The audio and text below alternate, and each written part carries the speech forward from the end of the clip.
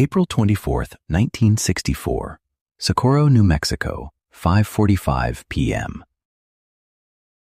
Officer Lonnie Zamora is a Socorro police officer on duty in his patrol car. He is chasing a speeding vehicle south of town on U.S. Route 85, a completely routine Friday afternoon. Then he hears a roar and sees a flame in the sky. His first thought is that a dynamite shack nearby has exploded. He breaks off the chase, turns toward the flame, and drives toward it on a rough dirt road. What he finds is not an explosion. What he finds is an egg-shaped craft sitting in a gully, metallic, smooth, no windows, no markings except one, a red insignia on its side, and two figures standing near it, small, white-suited, apparently startled to see him. Zamora gets out of his car. He reaches for his radio. The craft begins to emit a loud roar and a blue flame beneath it. He runs. He gets behind his car. He watches. The craft rises, moves horizontally, and disappears over the mountains. When investigators arrive, they find the ground where the craft sat, burned, the brush scorched in a pattern. 4 indentations in the soil, landing gear marks, footprints. The FBI investigated this case. The U.S. Army investigated this case. The U.S. Air Force investigated this case under Project Blue Book. Their conclusion: unknown. Not a weather balloon, not a conventional aircraft, not a hoax. Unknown. That is in the official government record. Still, this is the Socorro incident, the case that the U.S. government investigated and could not explain. Section 2. The Officer. Lonnie Zamora, Socorro Police Department. Lonnie Zamora was not a young rookie looking for excitement. He was an experienced police officer, well known in Socorro.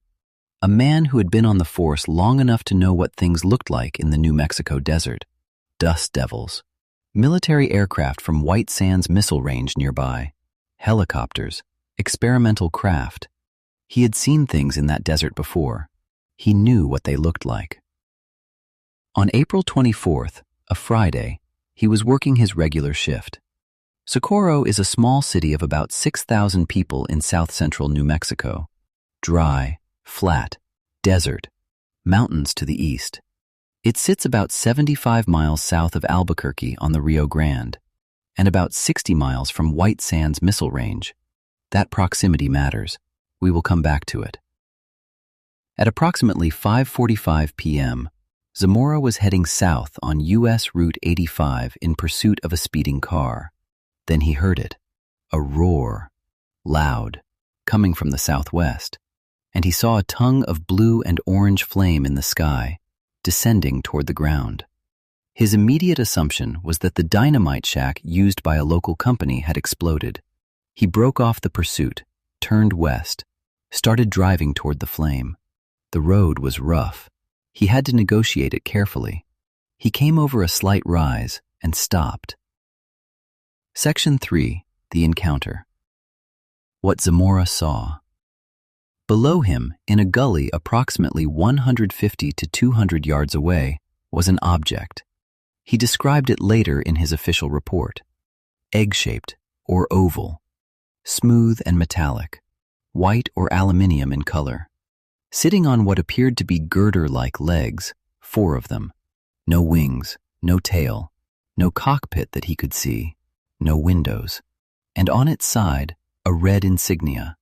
An arc with a vertical line through it, with a horizontal bar at the bottom. He had never seen it before. Near the object, 2 figures, small. He estimated the size of average adults, but they appeared small relative to the craft. White suits, or coveralls. They appeared to see him at approximately the same moment he saw them. He described one of them seeming startled, jumping slightly at the sight of his patrol car. Zamora drove closer. He stopped. He reached for his radio and called in the situation to his dispatcher. Then the craft changed. A loud roar began. He described it starting low and quickly rising in pitch. A blue flame appeared beneath the object. He could feel the heat. He thought it was going to explode. He ran. He ran from his car, got behind it, put his hand over his face. The roar continued. Then it faded. He looked up. The craft was rising. No flame visible now, just the egg-shaped object ascending silently. It moved horizontally, south toward the mountains.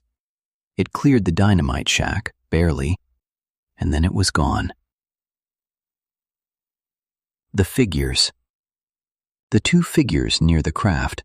Zamora lost sight of them in the confusion.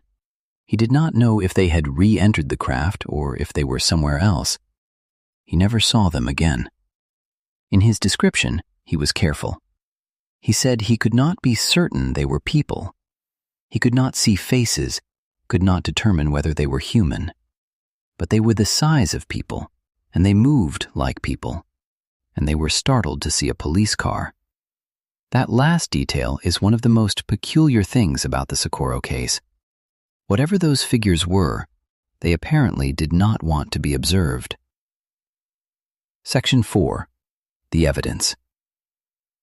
Sergeant Sam Chavez of the Socorro Police Department arrived within minutes. He had heard Zamora's radio call. He came to the site. What he found was consistent with exactly what Zamora had described. The physical trace. In the gully where the craft had sat, 4 indentations in the soil, arranged in a pattern consistent with the landing legs Zamora had described. Each indentation approximately 3.5 inches wide. The soil pushed down as if weight had been applied, considerable weight. Around the landing marks, scorched brush. The vegetation burned in a pattern consistent with heat from below. Not scattered fire, not a brush fire moving with the wind. Heat from a specific point, moving outward. Footprints. Small shoe print-like impressions near the landing marks, consistent with the figures Zamora had described. These were documented, photographed, measured. The investigators. What happened next is what separates Socorro from the vast majority of UFO cases. The investigators who arrived were not UFO researchers, not enthusiasts. They were government officials. FBI Special Agent J. Arthur Burns, Jr. came to Socorro and investigated the physical evidence personally. He examined the site. He interviewed Zamora. He wrote a report. The U.S. Army sent personnel from White Sands. The U.S. Air Force sent investigators from Project Blue Book, the official government UFO investigation program. Project Blue Book investigator Captain Richard Holder arrived the same evening. Dr. J. Allen Hynek, the same astronomer who had investigated Pascagoula, who served as the scientific consultant to Project Blue Book, personally traveled to Socorro. He examined the site. He interviewed Zamora. He tested soil samples. He later described the physical evidence as among the best documented he had ever examined. "This is the most puzzling case I have encountered," Hynek said. Project Blue Book officially classified the Socorro incident as unknown, not solved, not explained, not debunked. Unknown. One of only a handful of cases in Project Blue Book's entire history to receive that classification. Section 5. The Investigations. What makes the Socorro case distinctive, beyond the witness and the physical evidence, is the seriousness with which it was treated. This was not a case that was dismissed and filed away. Multiple U.S. government agencies investigated it simultaneously, and they could not explain it. The White Sands Connection. Socorro sits approximately 60 miles from White Sands Missile Range. White Sands is where the U.S. military conducted its most sensitive aerospace testing in the 1960s, the V-2 rockets, the early ballistic missile program, Experimental aircraft. Investigators immediately considered whether what Zamora had seen was a classified military test vehicle. They asked White Sands directly. White Sands said no. Nothing of theirs was in the area at that time. This matters because it eliminates the most obvious conventional explanation. If the U.S. military had a secret experimental craft that matched Zamora's description, they would have quietly said so, classified the incident, and closed the case. They did not do that. Because they could not. Because whatever was in that gully was not theirs. Hynek's assessment. Dr. Hynek spent considerable time on the Socorro case. He interviewed Zamora multiple times. He examined the physical site. He had the soil samples analyzed. He found no evidence of hoaxing. He found no conventional explanation. He described Zamora as a completely credible witness, not prone to imagination, not seeking attention. A man who had seen something that disturbed him deeply and who simply wanted someone to explain it. I talked to several people in Socorro who knew Zamora well, Hynek wrote, and they regarded him as a solid, straightforward, dependable officer. That assessment, from the man whose job was to debunk, is significant. Section 6. Honest Debunking.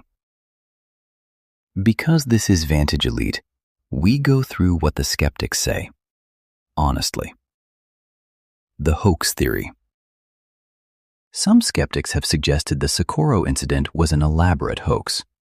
Specifically, a theory proposed by researcher Philip Klass suggested that local businessmen engineered the story to bring tourism to Socorro. This is not an unreasonable starting point. Socorro is a small, struggling town. A famous UFO case could bring visitors. This has happened before. The experimental craft theory. Another explanation proposed is that Zamora saw a classified test vehicle, possibly from Langley Research Center or another government facility. Egg-shaped test craft did exist in the 1960s. The lunar module descent vehicle looked similar to some descriptions. This is a legitimate observation. What the skeptical explanations cannot account for.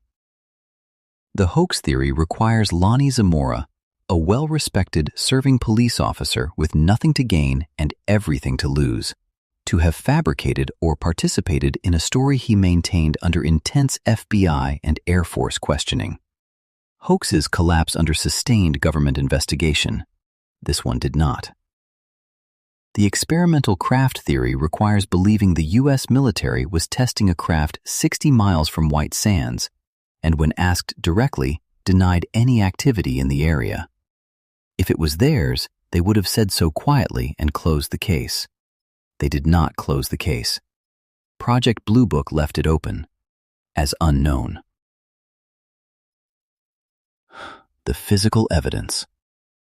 4 landing indentations, consistent weight distribution, burned vegetation in a pattern, footprints. All of this was examined by the FBI, by the Army, by the Air Force, by Dr. Hynek. None of them found evidence of fabrication. All of them left without an explanation. A hoax that deceived the FBI, the U.S. Army, the U.S. Air Force, and the scientific consultant to Project Blue Book, and left physical evidence that none of them could explain, would itself be one of the most remarkable events in American history. Section 7. Ending. Lonnie Zamora remained a Socorro police officer for many years after April 24, 1964. He gave his account consistently every time he was asked. He did not seek fame. He did not write books. He did not become a UFO personality. He was a police officer who had seen something he could not explain on a Friday afternoon, and who spent the rest of his life not being able to explain it. In interviews, he described the experience as deeply unsettling. Not exciting, not thrilling, unsettling. He had been afraid, genuinely afraid, The roar, the flame, the heat. He thought it was going to explode and kill him. He ran from a craft that the FBI later could not identify. He died in 2009. He never changed his account. And no one, in the 60 years since that Friday afternoon, has produced a credible conventional explanation for what he saw. The landing marks are gone now, weathered away over decades. The gully looks like any other gully in the New Mexico desert. The dynamite shack is gone. Socorro is still a small city of about 9,000 people south of Albuquerque. But the Project Blue Book file on the Socorro incident is still there, still classified as unknown, still open. The FBI report is still there. The Army report is still there. The landing marks may be gone, but the paperwork is real. On April 24, 1964, a police officer on duty in New Mexico saw something land in a gully. He saw two figures near it. He felt the heat from its engine. He ran. And then the FBI, the U.S. Army, and the U.S. Air Force arrived, and none of them could tell him what it was. Subscribe to Vantage Elite for cases like this. Documented, verified, done properly. Drop a comment. An on-duty police officer, physical evidence, and the FBI said unknown. What was in that gully? And I will see you in the next one.